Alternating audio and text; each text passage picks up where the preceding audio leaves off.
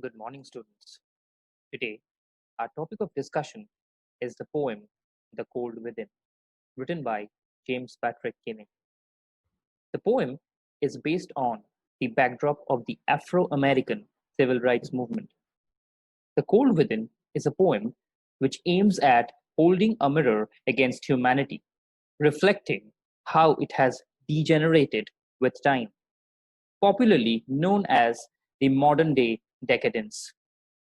Human beings have created many divisions among themselves, like class, caste, race, religion, gender, etc., that deeply resonates in the poem and further universalized by the poet James Patrick Kinney. The message of the poem is a very simple one. If we keep discriminating each other, the world will surely end in chaos. The title of the poem is suggestive of all the vices that human beings possess. The cold here is the resentment and apathy which we bear towards one another. These negativities must be overhauled, or we shall be consumed by them, just like the characters in the poem. The dying fire symbolizes the diminishing humane spirit. The narrative is too straightforward, no fancy words or complicated metaphors.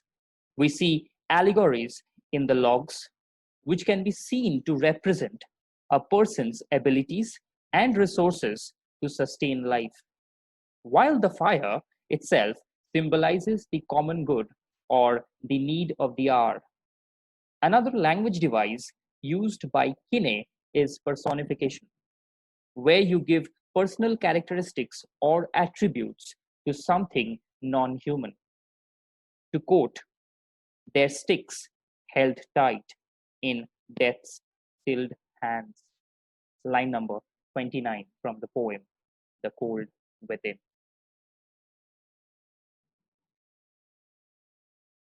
The poem opens with a vivid image. It's a tale of six persons caught together in a trap, marred by severe winter. Each of them has a single stick of wood, allegorically referring to their only hope of survival. By the word humans in the opening line, the poet wants to draw the reader's attention to the gathering as specific individuals rather than as a collective group.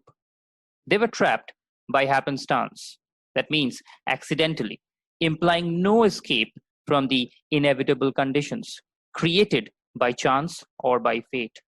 The adjectives bleak and bitter, describing the cold, add to the ominous signs in the poem. The second stanza zeroes in on a key element in this poem, that is, the dying fire. The supposed group's chances of survival appear as bleak as the climate serenading them.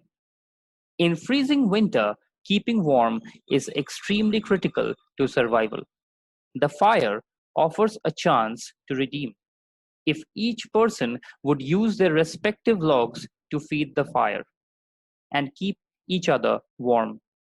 The phrase dying fire is a silent appeal made by the poet to the group to help themselves by helping each other. The first person in the group, the white lady, withheld her log only because it would benefit a black man in the group. It would enable the black man to survive. Racism strongly resonates as her flaw, where there is discrimination between a man and a woman because of skin color. Moving on to the second person in the group, that is, the Christian man, looked across the dying fire and witnessed someone who he knew did not share his religious ideology. Therefore, he can't afford to give up his log to the fire. Communalism stands strongly as his vice, and the man upholds religious bigotry, which speaks of intolerance to a person because they do not share common religious principles.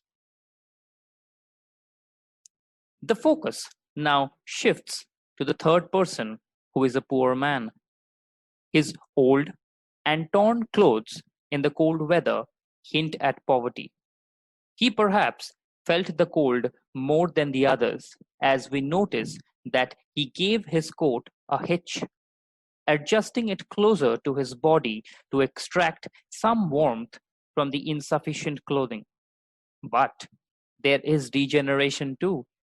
We see that he is a victim of classism or discrimination based on social or economic class, considering the rich to be idle. He is extremely defensive in his eyes, as the rich do not deserve his sympathy, and therefore he will not part with his stick. The next exhibition of apathy and prejudice is the fourth entity, that is, the rich man. Diluted by his riches and privileges, he seems to have lost his head, being completely oblivious to reality. His greed blinds him as he selfishly thinks to keep his wealth steady and safe without measuring the immediate urgency.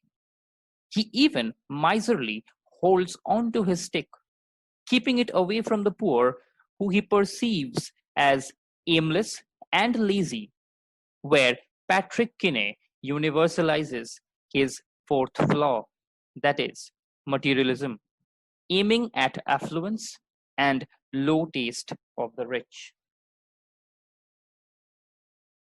In the sixth stanza, the victim becomes an abuser.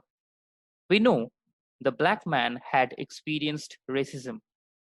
Revenge from the white people was the only thing in his mind.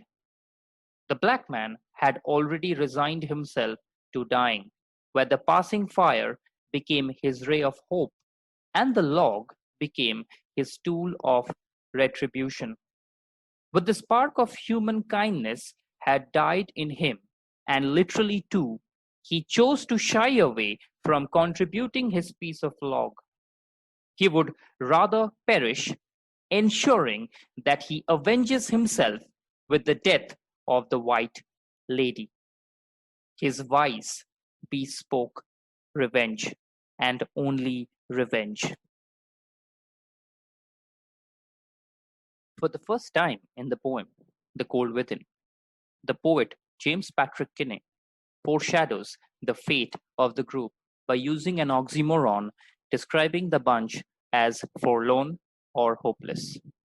Until then, the poet had reserved his judgment, allowing the readers to flourish and measure the level of human disintegration. Unfortunately, we find that the last person also resigns to the fate of the other five members in the group. The sixth man was an opportunist waiting for favors in dire situation. In giving just to get, the last person played the losing move of his life, a metaphor to the game of life that could have gained him his precious life. But unfortunately, his life ended prematurely for his opportunistic and not so charitable intent. We witness a very grim aftermath for the group of six for their rigidity of spirit. Death comes, and it is personified here with still cold hands. Each individual became their own agent of death, their hands frozen, with their refusal to let the logs go even after death is a huge proof of human sin and their sinful characters. The final lines are filled with deep sense of irony. The readers realize that it was not the cold weather outside that really killed the six individuals. It was the coldness in their hearts, the lack of warmth and prejudice, and most importantly, apathy that led them to their graves. Their cold within was the main reason that brought about their downfall. Thank you. Have a nice day.